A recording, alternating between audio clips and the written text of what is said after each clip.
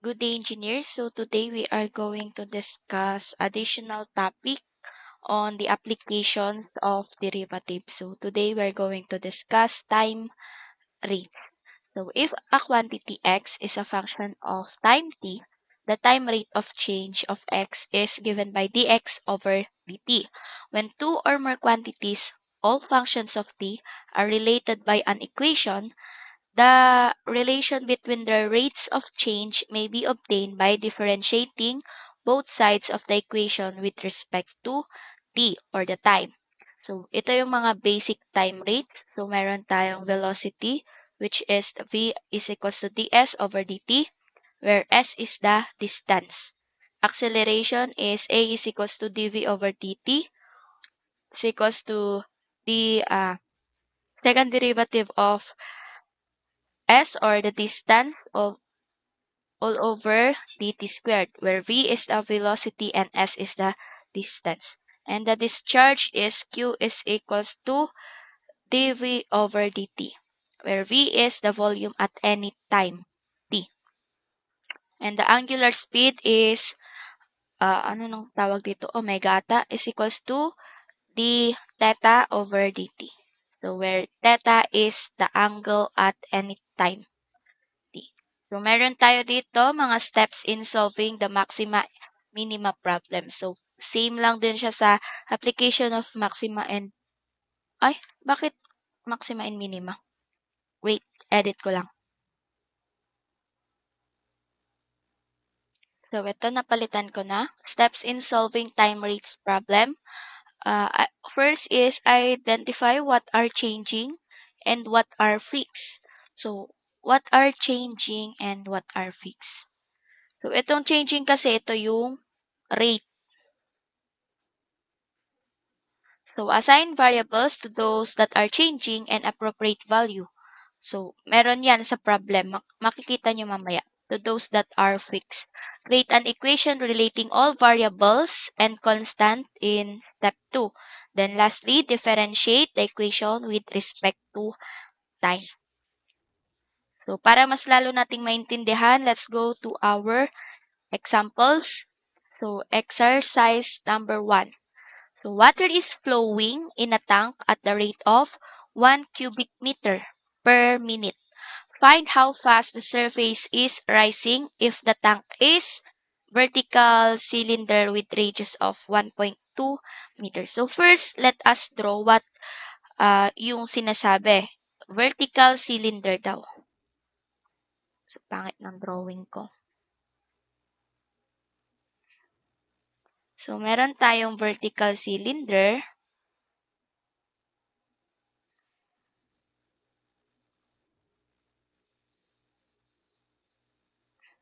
na ang radius niya is 1.2 meters. So, we all know that radius is kalahati ng diameter. So, dito natin siya ilalagay. So, ito yung 1.2 meter.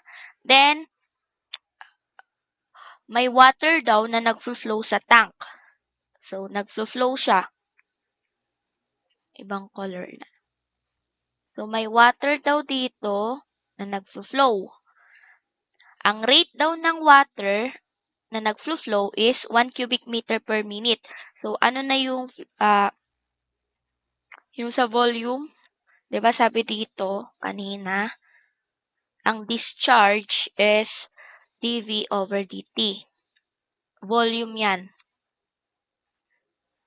So, meron tayo ditong ang discharge is, wait, ayaw magsulat. dV over dt na 1 cubic meter per minute. Then, syempre kapag nag-flow yung water sa tank, ibig sabihin, nalalagyan ng water yung tank. Tama. So, ito na yung ating water. So, ang water daw natin is, ang height niya is, sabihin na nating y. Bakit y? Kasi wala namang sinabi sa problem kung anong height yung water. At ang tinatanong, gaano daw kabilis na tumataas yung tubig. So, ibig sabihin, ang kinukuha natin dito is ito, dy over dt. So, sana naintindihan nyo yan. Ngayon, sulat natin yung ating volume. Ang volume natin ng isang vertical cylinder ay, di ba, area times height. So, pi r squared y. Then, itong r natin is the radius. So, alam naman natin na ang radius natin is 1.2. So, sulat na natin, v is equals to pi 1.2 squared. Then, y. Ngayon, simplify natin, magiging v is equals to 1.44 pi y. Then, after nan, i-derive natin yan. Parang implicit lang yan. Magiging dv over dt is equals to 1.44 pi. Then, itong y natin is dy over dt. So, with respect to time. And alam natin na ang dv over dt ay, ito, dv over dt ay, ito, di ba? So, magiging 1 to is equals to 1.44 pi dy over dt. Then, ang tinatanong, gaano daw kabilis tumataas ang tubig? So, ang rate ng uh, water na nagra-rise is itong dy over dt. So, yan yung rate natin. So, meaning, ang makukuha natin dapat is dy over dt. So, i-arrange lang natin to. Paano maiiwan itong dy over dt sa kabila? Diba, pwede na natin yan ilipat sa kabila. Pero, para mas maintindihan ng iba, i-divide natin siya ng 1 over 1.44 pi. So, divide natin ng 1.44 pi para maging dy over dt na lang. Then, 1 over 1.44 pi. So, ang magiging sagot is 0.211 meter per minute. So, ibig sabihin, tumataas yung tubig ng 0.211 meters kada isang minuto. So, yan yung answer natin dito sa exercise 1A. So, next. So, water is flowing ulit in a tank. So, same rate, 1 cubic meter per minute. Then, gaano daw kabilis na tumataas yung tubig kung ang shape natin is, wait lang guys. So, asan na ako guys? May tumawag kasi. So, nasa shape tayo ng rectangular parallelepiped with a base of 1.2 square meter with the longer side twice the shorter side. So, una, diba, i-draw natin para mas maintindihan natin. So, meron daw tayong, ba't nasa D na tayo?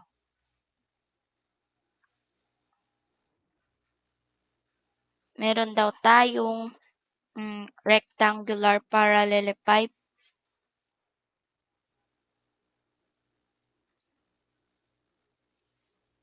Tapos, draw ko lang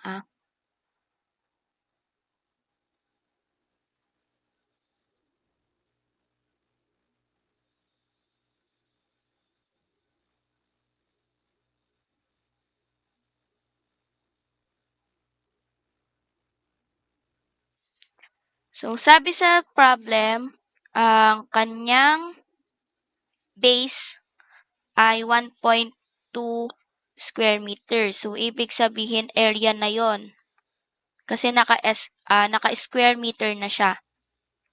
So, anong tinutukoy doon na base? So, ito wait, paano ko ba kukulayan? So, ito yung tinutukoy na base. Base doon. So, yan daw is 1.2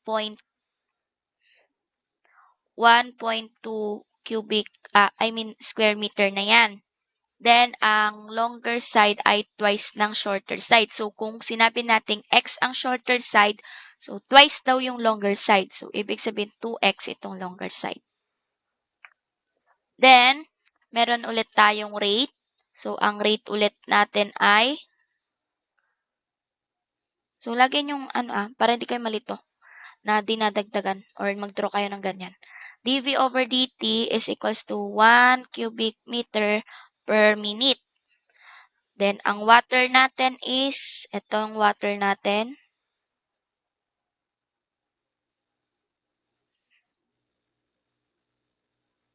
So, meron tayong water na ganyan. Ang height niya is y. Then, ang rate ng water natin, syempre, tumataas yan. So, pataas. dy over dt. So, sulat natin na ang area natin dito ay 1.2 square meter. Kasi 'di ba ang volume is area times the length or the height. 1.2. So, ang volume ng isang rectangular parallelepiped pipe is base times width times height. Then, alam natin ang base times width ay yung area natin. So, area. So, magiging V is equals to 1.2. Then, ang H natin or the height is yung Y. So, tama. Ito, Y. Then, derive natin dV over dt is equals to 1.2 dy over dt. Then, alam ulit natin na ang dV over dt ay 2. So, ang dV over dt is the rate of the discharge. So, pwede natin itong isulat as 1 is equals to 1.2 dy over dt. So, kapag nilipat natin yan, magiging dy over dt is equals to 1 over 1 half. So, ganito na lang gawin nyo para di kayo malito. Divide nyo ng 1.2. So, kung ano yung kasama ng dy over dt, i-divide nyo yon. Siyempre, kapag tinimes natin dito, makakancel yung 1.2.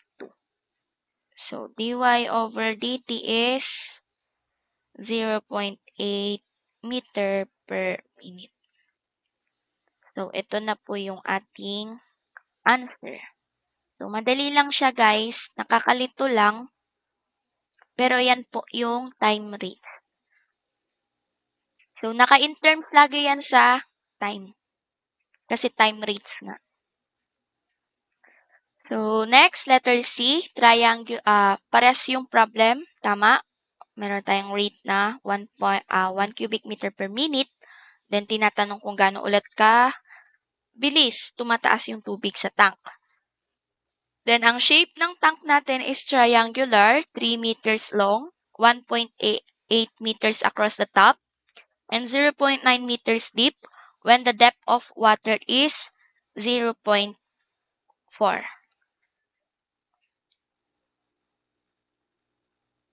So, una, ang gagawin natin is to draw itong triangular tank. So, drawing natin. So, meron tayo ditong triangular tank.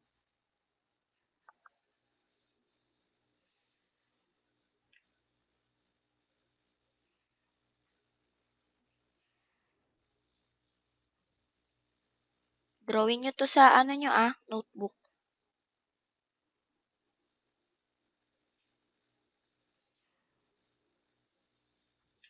So, yan. Triangular tank na ang length daw is 3 meters.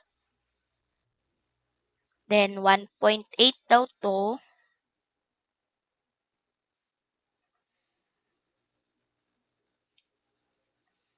So, ito 1.8 meters. Then,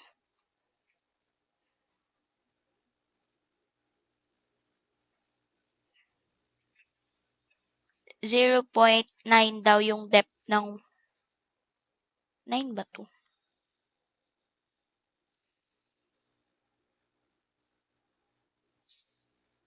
When the depth of water is... okay. Ito pala yung 0.9 na isa. 0.9 daw. 0.9. Ngayon, yung water natin na nag-flow is dV over dt is equals to 1 cubic meter per minute.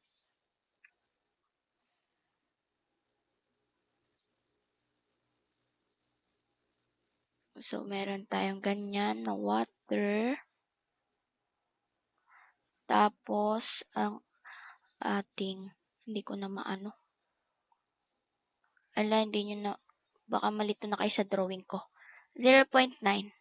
Siyempre, kalahati ng 1.8.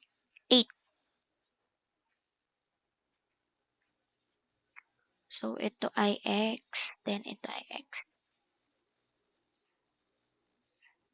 So, ang height ng water is y, then ang time rate natin is dy over dt. So, yan. So, solve na natin. Volume ng ating tank is area times height. Then, alam naman natin na ang area ng isang triangle is 1/2 base times width. Tapos, itong height natin, sulat natin, height. So, V is equals to 1/2. Ang base natin is 2x. Bakit 2x? Ito yung isa, ito yung pangalawa. So, 2x. Ay, nabura ko. So, meron tayo ditong 2x. 2x, then ang width natin is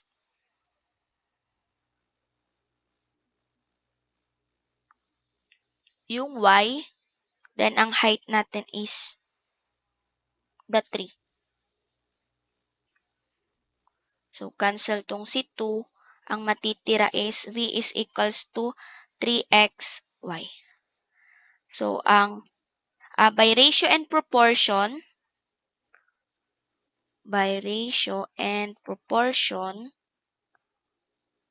ang x natin dito is 9. Tama?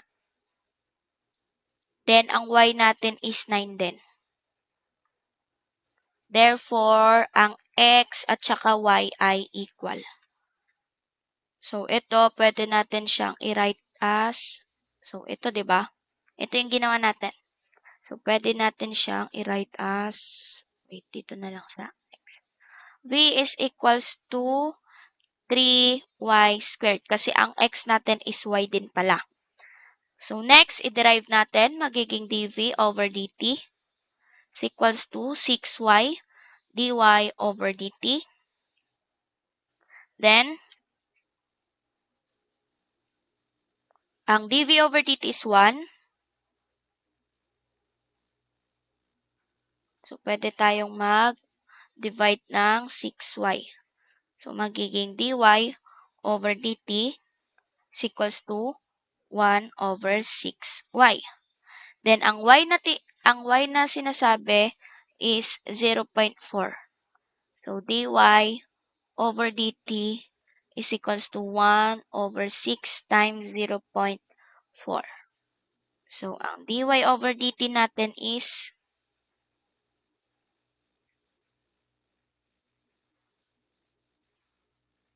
0.417 meter per minute.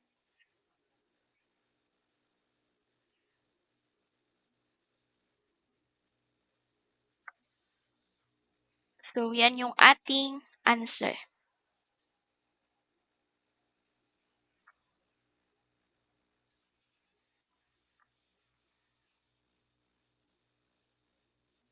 So, next is trapezoidal 3 meters long and 0.6 meters wide at the bottom, 1.2 meters wide at the top, and 0.6 meters deep when the depth of water is 0.3.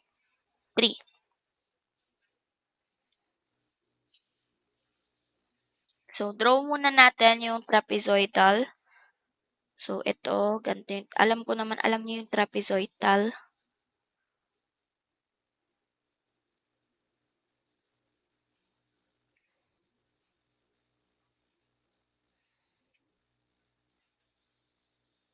So, ganyan na lang, parang naputol.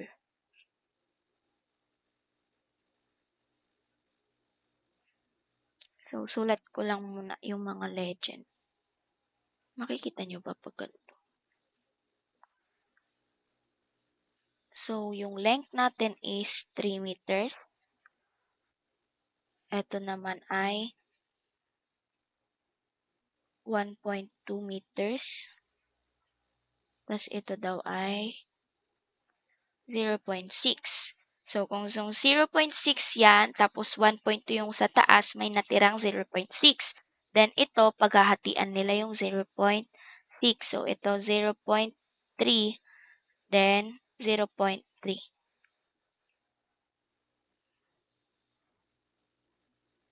Tapos, ang height daw nito ay 0.6 meters din.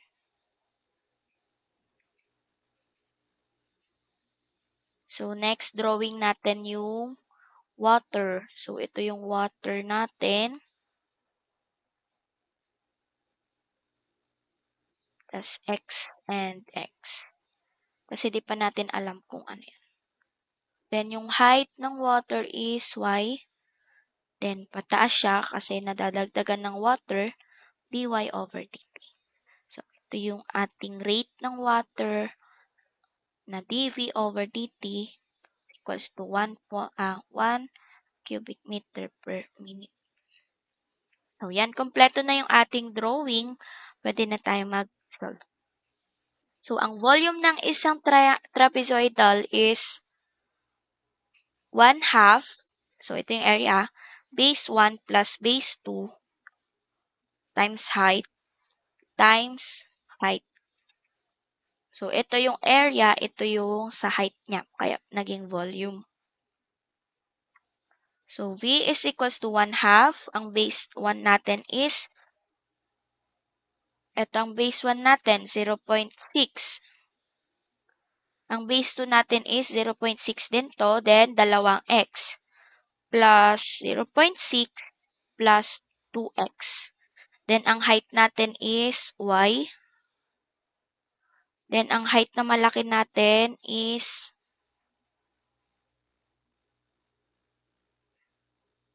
itong length or 3.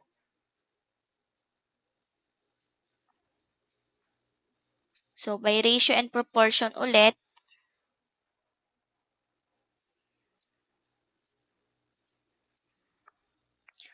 ang x natin dito is 0.3, tapos ang y natin is 0.6.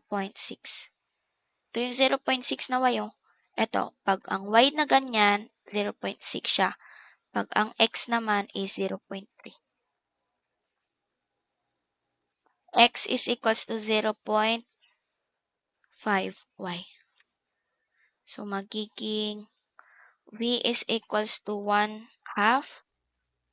Tapos, 1.2 plus 2 times 0.5y. Then, y times 3. So, ang v natin is 1/2 1.2 plus y, 3y.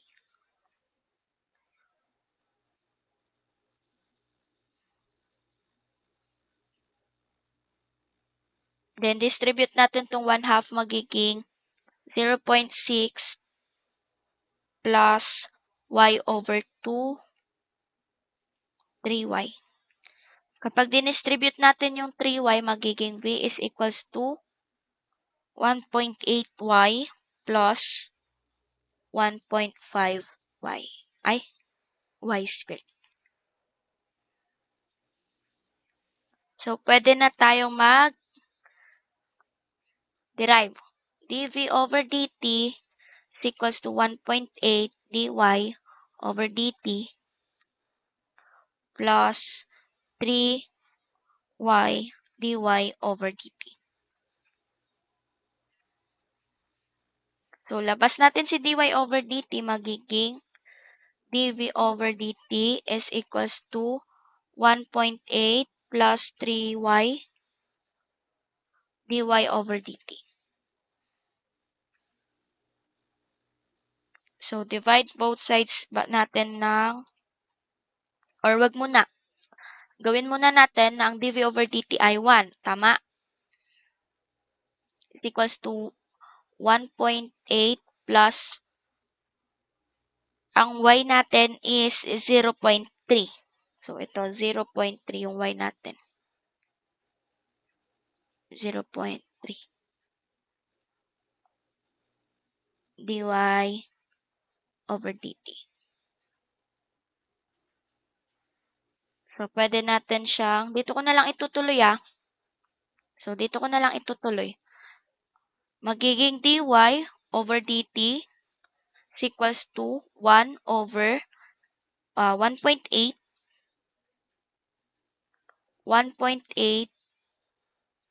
plus ang 3 times 0.3 ay 0.9. So, ang dy over dt natin is 0.370 meter per minute. So, ito yung ating answer.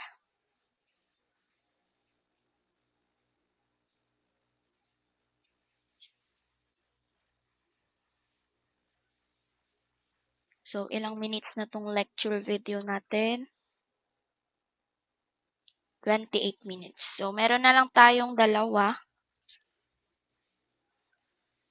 Next is a ladder 20 feet long leans against a vertical wall. If the top slides downward at the rate of 2 feet per second, find how fast the lower end is moving when it is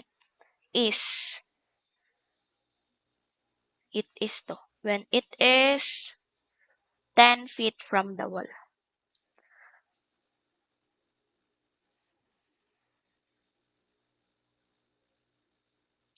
When it is 10 feet from the wall. So, draw muna natin. So, meron daw tayong wall. So, ito yung wall. Then, meron tayong ladder. So, ito yung ladder natin. Ang ladder natin is, pwede nyo i-drawing na ganyan. Ladder. Ang ganda ng ladder natin. Di pantay-pantay. So, yung ladder daw na yan is 20 feet long. So, lagay ko lang dito. Ladder. Na 20 feet long. Tapos, sabi, ang rate daw na nag-i-slides daw siya downward. Tama? So, kung y ito, magiging dy over dt is equals to 2 feet per second. And ito naman is yung ating x. And ang sabi niya, 10 feet from the wall daw. So, x is equals to 10 feet. So, nakuha.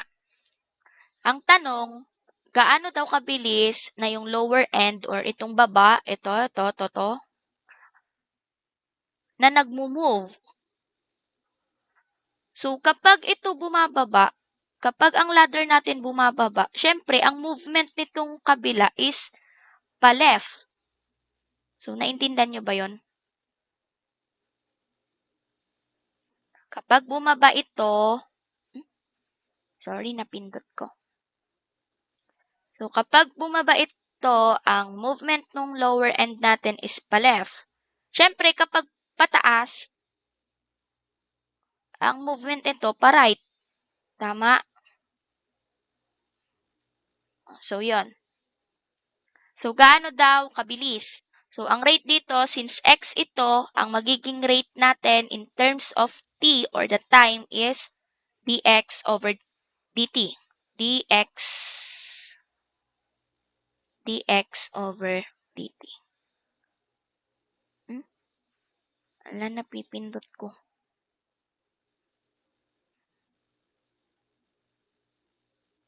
So, kung pa ganon siya.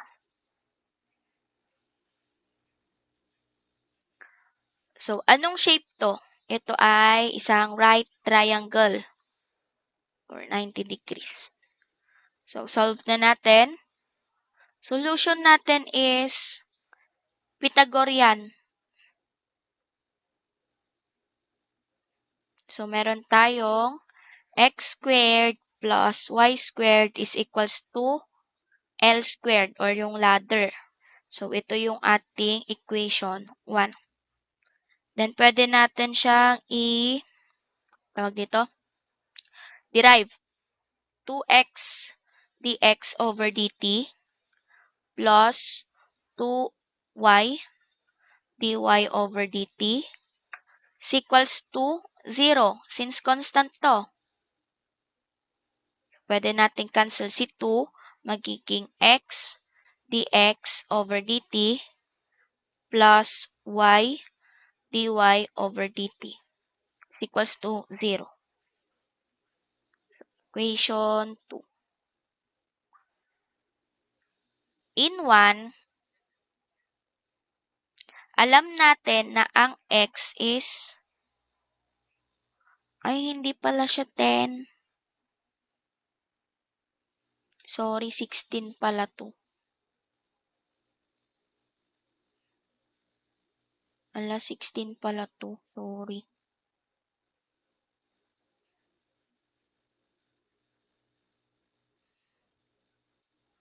Alam natin na ang x natin is,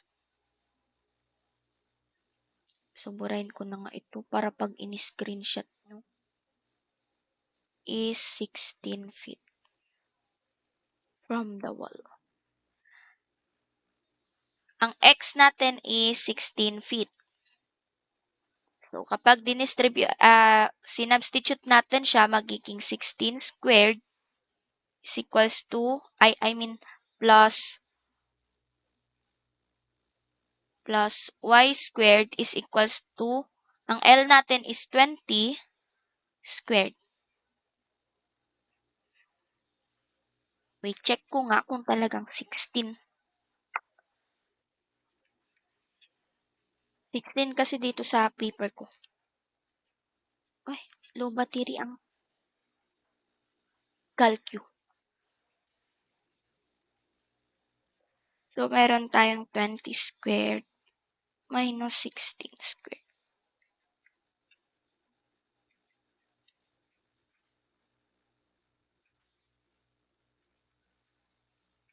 Tama. So, magiging y squared is equals to 20 squared minus 16 squared. So, tuloy ko lang dito.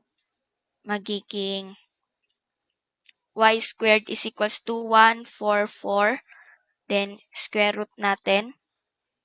Y is equals to 12.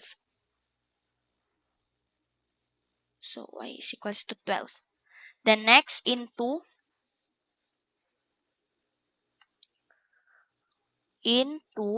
magiging x dx over dt plus y dy over dt is equals to 0. So, ang x natin is 16. Ang dx over dt natin is, yun yung hinahanap. Tama? Plus y natin na, ilan ba ang y natin? Ayun, kakukuha lang, 12.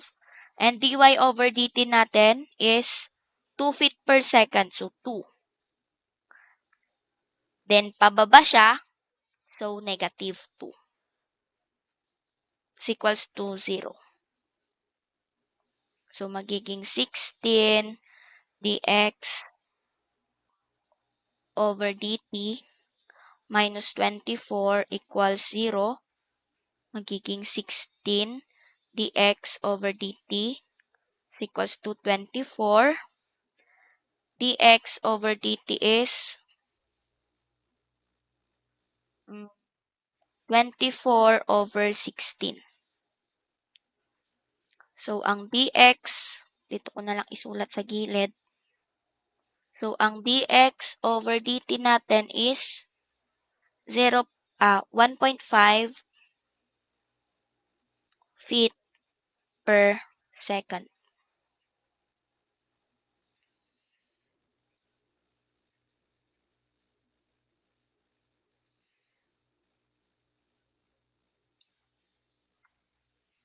So, yan yung ating answer sa ating number 2.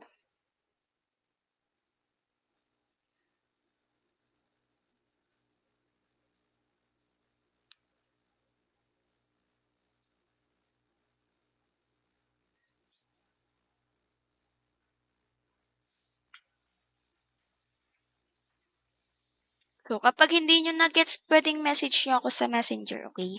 Sa GC na lang kayo mag-chat para mas mabasa ko. Kapag PM kasi natatabunan. So, yun. Next problem tayo.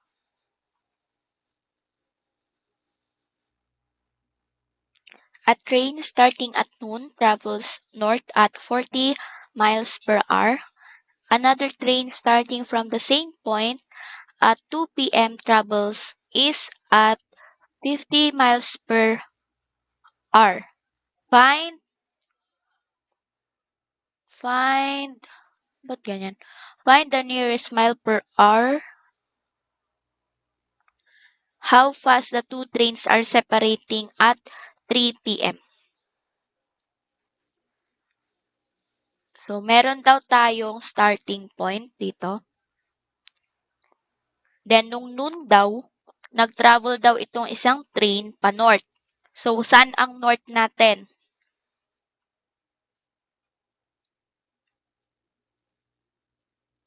So, ito yung ating north.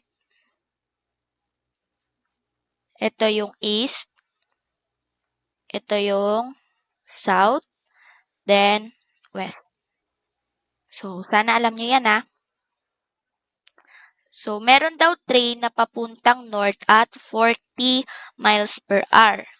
So, pataas. So, pwede natin siyang sabihin na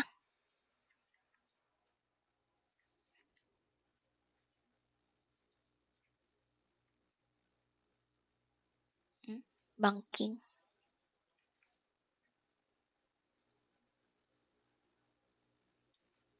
Na y. So, pataas siya. So, dy over dt. So, ang rate daw nan is 40 miles per hour. Then, meron daw same point nung 2 p.m. Nag-travel daw siya pa east. So, 2 p.m. Itong kanina, noon siya nag-travel. Ito 2 p.m. naman. So, ito yung ating x. Then, rate natin is dx over dt is equals to 50 miles per hour.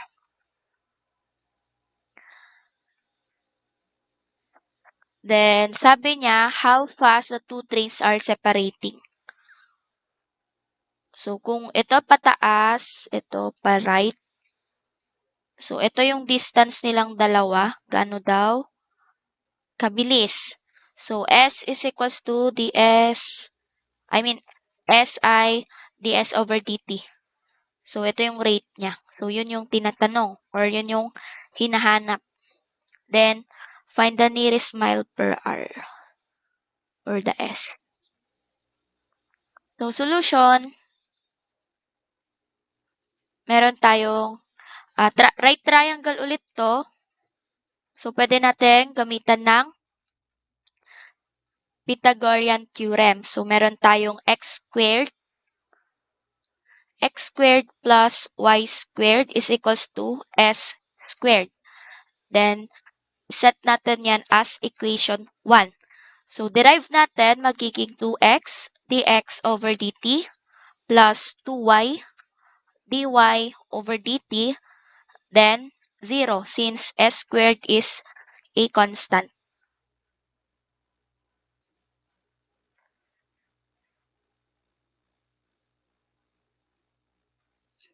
Ay, sorry pala, hindi pala siya constant dito. Kasi yun pala yung hinahanap. So, magiging 2s ds over dt. Hindi pala siya constant. So, kunin natin na ds over dt ay, so makakancel ang mga 2. Tama? Then, meron tayong x dx over dt plus y dy over dt over s. So, equation 2. Then, sabi niya, at 3 p.m., so, kunin natin kung ano yung value ng x and y or kung gaano na sila kalayo sa starting point nung 3 p.m. So, kung ito yung 3 p.m., starting point is starting point. So, ang tanong kasi, gaano na sila kalayo nung 3 p.m. and kung gaano na sila kabilis. So, ito magiging at 3 p.m. So, at 3 p.m., time of travel of y is 3 hours. Tama? Ito, y, 3 hours siya. Bakit? Noon kasi siya nag-start. Noon. So, alas 12 siya nag-start. So, 3 hours. Kaya, y is equals to 40 mph times 3 hours. Then, y is equals to 120 miles. Next,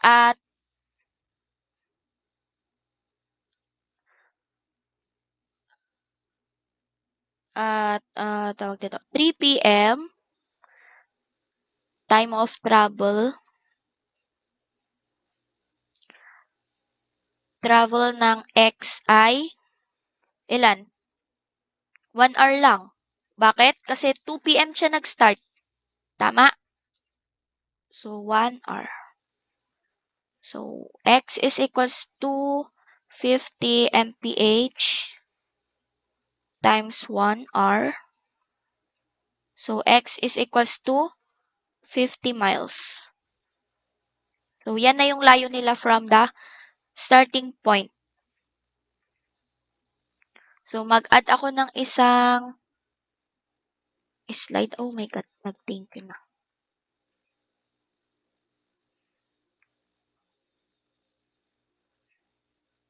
So, mag-add lang ako ng isang slide.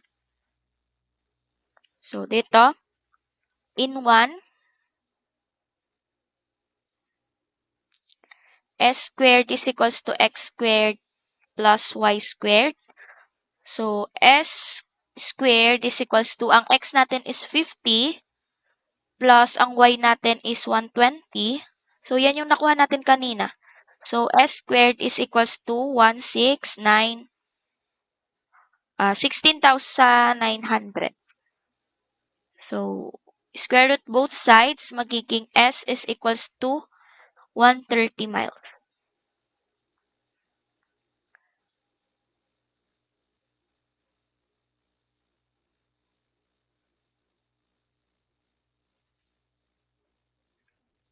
So, nung 3 p.m., 130 miles na yung layo nila.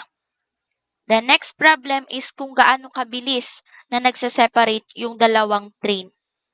'Di ba? Pa-north yung isa, then pa-east. So, gaano daw sila kabilis na hihiwalay. So, syempre, pag kunwari, nung 3 p.m. nandito. So, 3 p.m. Tama. So, nung 4 p.m. ganito na sila. Kalayo sa isa't isa. So, gaano daw kabilis? So, meron tayo ditong into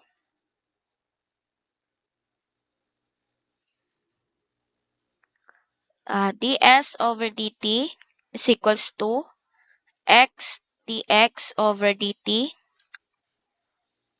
plus y dy over dt over s. So, ayan yon.